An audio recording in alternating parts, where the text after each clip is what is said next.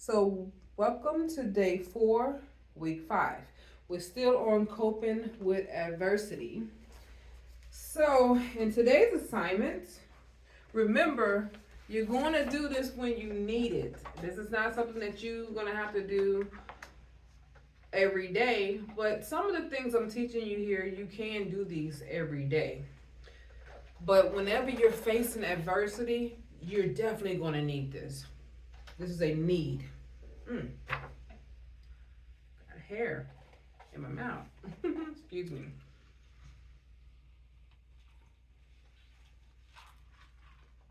Okay, cool. So you are definitely going to need these techniques when you are dealing with issues, problems. So any type of setbacks or any of those things. So what you want to do in today's assignment, you want to develop a resilient plan outline strategy for navigating setbacks and maintaining emotional well-being. This can help you effectively cope with adversity and build your capable, you want to build your resilience. So here is some ways you can do this. So I'm going to give you a plan that you can actually use to get you on the right track. So you want to create a resilient plan.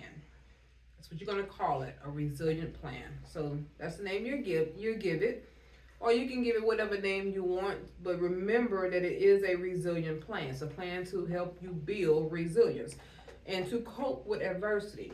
Number one, identify your stressors. It is so important to do this. Reflect on past experiences and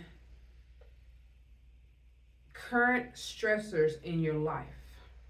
Identify situations, events, or circumstances that tends to trigger stress, anxiety, or feelings of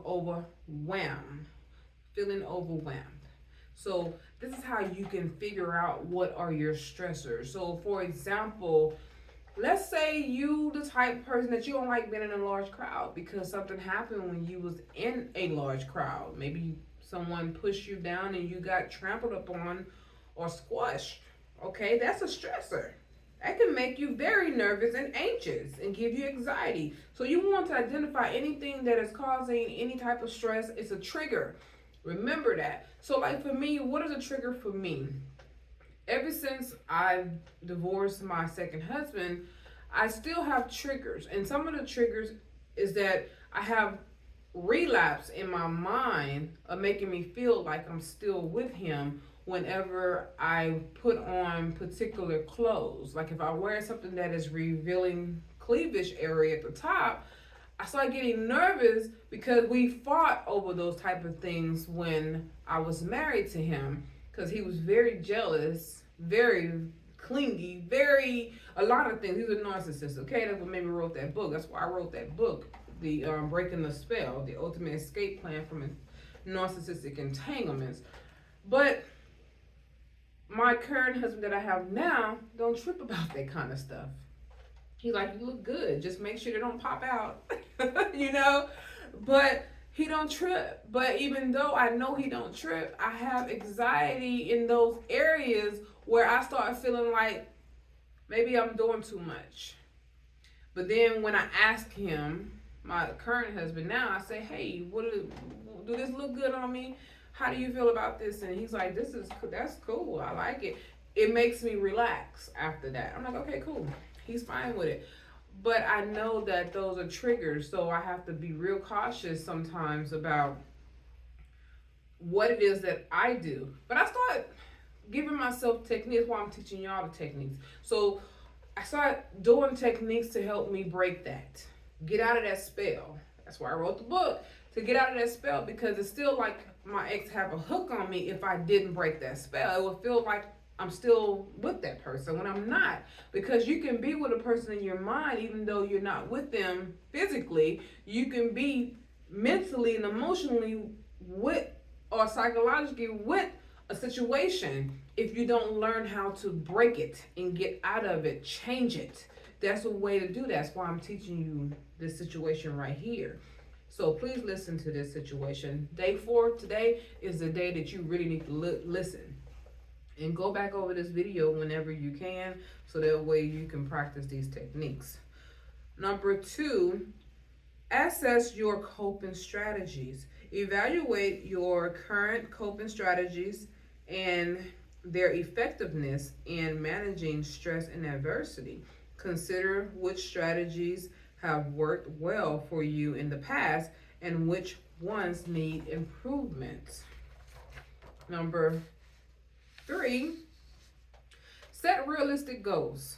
Set realistic goals for building resilience and maintaining emotional well-being. Define specifics, measurable objective that you want to achieve in terms of managing stress, coping with setbacks, and promoting overall well-being. Number 4, identify resilience building strategies. Explore different resilient building strategies and techniques that resonate with you. These may include practicing mindfulness, cultivating optimism, fostering social connections, engaging in physical activities, setting boundaries, and seeking support from others. Number 5, create a toolbox for coping. You want to create a toolbox of coping skills. So you're going to compile a toolbox of coping skills and techniques that you can draw upon during times of stress and adversity. Include a variety of strategies such as deep breathing, progressive muscle relaxation, positive self-talk, visualization, and problem solving. Number 6, develop a daily routine. Establish a daily routine that prioritizes activities and practice that promote resilience and emotional well-being. Incorporate regular self-care activities such as exercise, healthy eating, adequate sleep, and relaxation techniques into your daily schedule. Number 7, build a support network.